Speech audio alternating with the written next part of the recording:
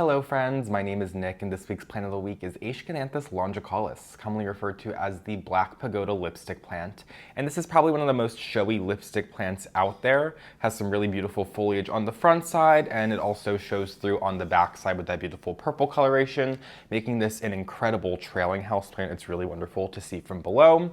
And this is in the Gesneriaceae family, classifying this as a gesneriad. So this is surprisingly very closely related to Asian and African violets, and those are known for being flowering houseplants, and this is also a very prolific flowering houseplant, one of the most prolific flowering plants that I have in my home. However, I think we could all agree that it's all about the foliage on this one. The flowers are fine. They're much smaller than typical lipstick plant flowers, have a little bit of yellowness to them that kind of just makes them like blend in with the rest of them. So still love it for its flowers, but I think I love it a little bit more for its foliage. It's also a decently easy houseplant to grow, and fortunately over the last couple of years has become a very easy plant to come across. This is one you'll probably find in most of your local houseplant stores. Before, this was one that was a little bit more difficult to get your hands on, probably just before the pandemic, and then becoming much more prevalent at the beginning of the houseplant boom in 2020.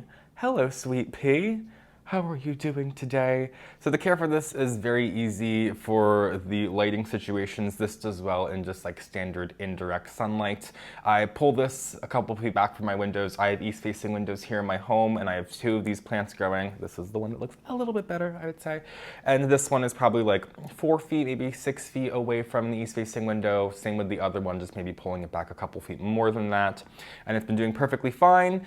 This does not want to get too much sunlight. Gesneriads across the board tend to be like medium light houseplants, and this absolutely falls into that category. So yeah, I would just say some bright indirect sunlight's perfect. Probably wouldn't push it too far on low light, probably wouldn't push it too far on high light, but I think this would do better more on the lower light end of the spectrum.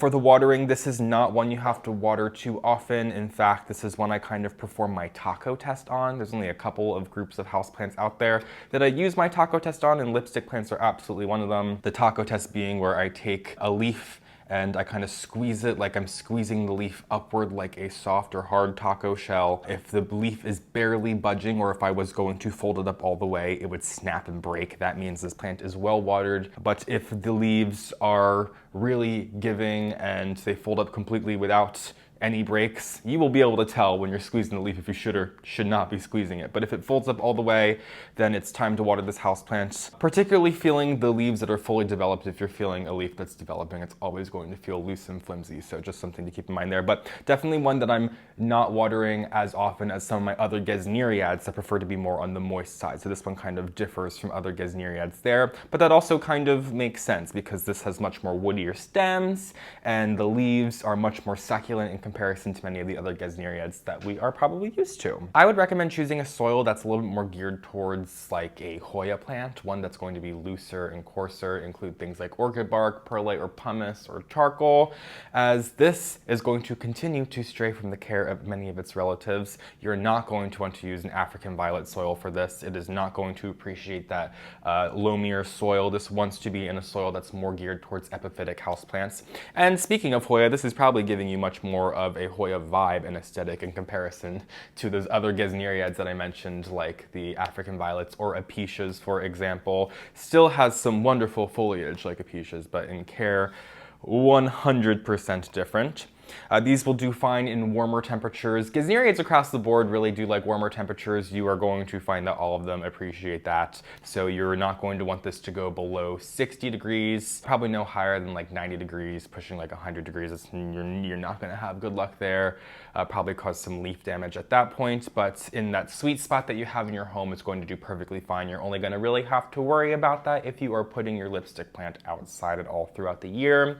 Humidity, these will appreciate higher humidities, of course, as most houseplants will, but with this being more on the end of a common houseplant, this is one that will do perfectly fine inside your home with the standard humidity that you have. Only concern I would have is in the winter time when the heat kicks on, but I have personally not really had any issues with that. Gesneriads across the board are non-toxic to pets, so if you do have any nippy animals, this is a whole family of plants that can expand your horizons. I know it can be disappointing sometimes, and all of these philodendrons and monsteras are moderately toxic, but gesneriads, well, more underrated group of plants and perhaps underappreciated, gives you more of a reason to explore such a fabulous group of houseplants. You can just propagate these from a stem cutting just like you would a standard Hoya. Once again, looking a lot like a Hoya, you're gonna propagate this pretty much the exact way that you would do a Hoya. I would probably start these in water versus like a soil mixture.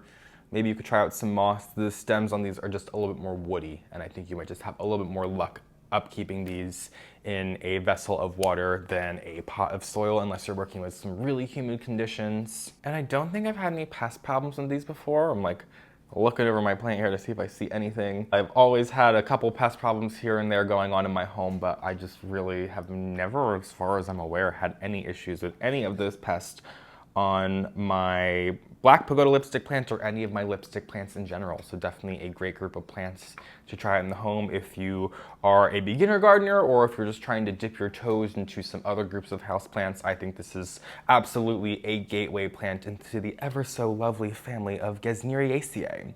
So thank you so much for joining me today, how to care for the black pagoda lipstick plant, the Aeschynanthus longicaulis. If you don't already, you can follow me on Patreon for even more houseplant content. Follow me on TikTok and Instagram at phillyfoliage. Subscribe to my channel, and I will see you guys in my next video. Have a great time.